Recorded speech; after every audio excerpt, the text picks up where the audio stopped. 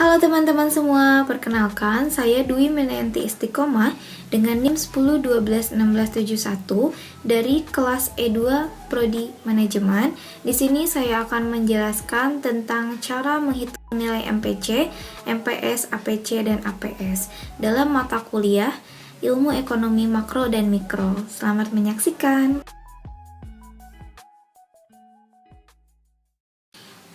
Baik teman-teman semua, yang pertama kita harus mengetahui keseimbangan dalam perekonomian suatu negara. Perekonomian dalam suatu negara ini dibagi menjadi 3, yaitu 2 sektor, 3 sektor, dan 4 sektor.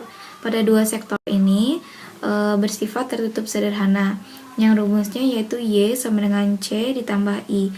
Y sebagai subjek, C sebagai perekonomian rumah tangga, dan I sebagai perusahaan. Yang ketiga yaitu 3 sektor, hanya ditambahkan government-nya, dan 4 sektor ditambahkan F lalu dikurangi ekspor dan impor. Baik, kita lanjut ke dalam slide selanjutnya, yaitu rumus pendapatan, yaitu Y sama dengan C ditambah dengan S. Y sebagai pendapatan, C sebagai konsumsi, dan S sebagai saving. Pada kasus ini kita berikan contoh 4, yaitu A, B, C, dan D. Kasus yang pertama yaitu pendapatannya 100, konsumsinya tidak diketahui, dan savingnya 25. Kasus yang kedua yaitu pendapatannya tidak diketahui, konsumsinya 75, dan savingnya 40. Lalu kasus yang ketiga yang C yaitu pendapatannya 150, konsumsinya tidak diketahui, dan savingnya 50. Kasus yang terakhir yaitu pendapatannya 250, konsumsinya 100, dan yang kita cari yaitu saving. Untuk mengetahui nilai APS, APC, MPC, dan MPS-nya, kita harus mengetahui dulu nilai yang hilangnya, yang tidak diketahuinya, yaitu dengan menambahkan atau mengurangi. Misalnya pada kasus yang pertama yaitu konsumsinya tidak diketahui, dengan cara pendapatan dikurangi dengan saving, yaitu 100 dikurangi 25 yaitu 75. Lalu kasus yang kedua yaitu pendapatannya tidak diketahui, maka kita tambahkan 85 ditambah 45 yaitu 130. Begitu juga pada kasus yang C dan D, kita balik-balikan saja. Yang tidak diketahuinya yaitu konsumsi, 150 dikurangi dengan 50 hasilnya yaitu 100, dan yang D tidak diketahuinya yaitu saving, 250 dikurangi dengan 150 adalah 100. Lalu yang selanjutnya itu mencari nilai APC. Untuk mencari nilai ini kita hanya perlu membagikan saja. Ini cukup mudah ya teman-teman, hanya perlu membagikan hasil konsumsi dibagi dengan pendapatan, yaitu 75 dibagi dengan 100 yang hasilnya 0,75.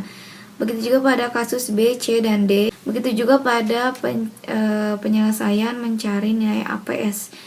Bedanya kita hanya perlu membagikan saving dibagi dengan pendapatan. Oke, yang selanjutnya kita akan mencari nilai MPC dan MPS. Pada MPC ini kita harus menyimpan nilainya ini di tengah di sini karena ini adalah nilai perantara. Nah, ingat bahwa prinsip dari MPC dan MPS ini adalah APC ditambah APS sama dengan 1, dan MPS ditambah dengan MPC nilainya harus 1. Jadi jika Anda sudah mengetahui nilai APC, maka APSA adalah APS 1 dikurangi dengan APCA yaitu 0,25. Kita langsung saja kerjakan.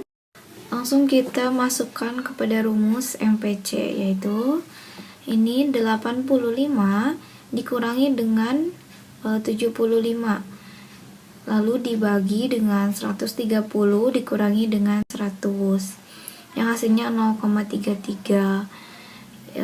Ini cukup mudah ya teman-teman, hanya perlu dibagi saja. Begitu juga dengan kasus selanjutnya, 100 dikurangi dengan 85, lalu dibagi 150 dikurangi dengan 130, hasilnya 0,75. Yang perlu kita ketahui adalah nilai MPC dan MPS ini harus menghasilkan 1. 0,33 ditambah dengan 0,67 dari MPS ini, hasilnya adalah 1. Oke, yang selanjutnya bagaimana jika diketahui persamaannya itu C atau S? Yang perlu kita ingat adalah dua fungsi ini, yaitu fungsi konsumsi dan fungsi tabungan.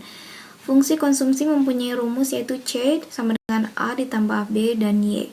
A itu apa? Itu konstanta, dan B adalah hasil MPC yang tadi kita hitung. Lalu Y yaitu pendapatan yang siap untuk dikonsumsi. Lalu ada fungsi tabungan. Oke, kita langsung saja masukkan ke dalam contoh soal. Jika diketahui fungsi konsumsinya yaitu C sama dengan 40 ditambah 0,75Y, yang kita hanya ketahui adalah Y-nya saja, pendapatannya saja, yaitu 100. Cara mengetahui konsumsinya yaitu C, hanya perlu menambahkan lalu mengalihkan. Bagaimana? Yaitu 40 ditambah 0,75 dikali dengan 100. 100-nya dari pendapatan. 40 ditambah 75 yaitu 115. Maka apabila sudah diketahui C-nya, kita hanya perlu mencari S. Kita masukkan saja pendapatan dikurangi dengan hasil C. 100 dikurangi 115 yaitu min 15. Dan apabila soalnya yaitu fungsi tabungan, kita balikan saja. Ketahui S-nya yaitu fungsi tabungannya min 40 ditambah 0,3Y. Lalu kita masukkan min 40 ditambah 0,3 dikali 100 dari pendapatan. Min 40 ditambah 30 yaitu min 10. Apabila S1-nya sudah kita temui, maka kita masukkan ke dalam konsumsi yaitu C1. 100 dikurangi dengan min 10.